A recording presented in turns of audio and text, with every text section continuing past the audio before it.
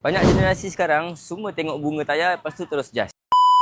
Diorang lagi percaya bunga aloe yang banyak ni lagi grip. Padahal kompon getah tayar tu main peranan paling besar. Sebelum tu korang jangan lupa follow kita orang sebab lepas ni kita akan share tips masalah motor dan masalah tayar yang ramai terlepas pandang. Dan korang jangan lupa like and share video ni sebab masih ramai lagi rider pilih tayar ikut bunga semata-mata. Ramai ada tengok tayar macam semi slick ni, terus diorang cakap, "Oi, ni bunga tak banyak ni, mesti licin." Lepas tu diorang tengok tayar yang ni pula, bunga banyak.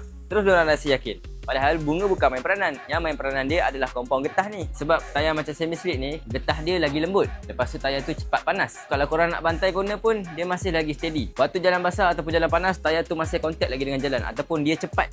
Dia bukan waktu jalan basah tu dia dekat atas baru dia melekat dengan jalan. Sebab tu ada tayar bunga dia sikit, tapi kompon getah dia memang sedap. Ada juga tayar yang bunga dia banyak, tapi tayar tu keras. Bila hujan pun rasa sliding. Sebab tu kalau korang nak pilih tayar, korang jangan tengok bunga semata-mata, tapi korang kena study getah tayar tu macam mana. Jadi saya nak tanya korang pilih tayar tengok bunga ataupun korang lagi suka guna semi slick yang sedap corner? Cuba korang komen kat bawah.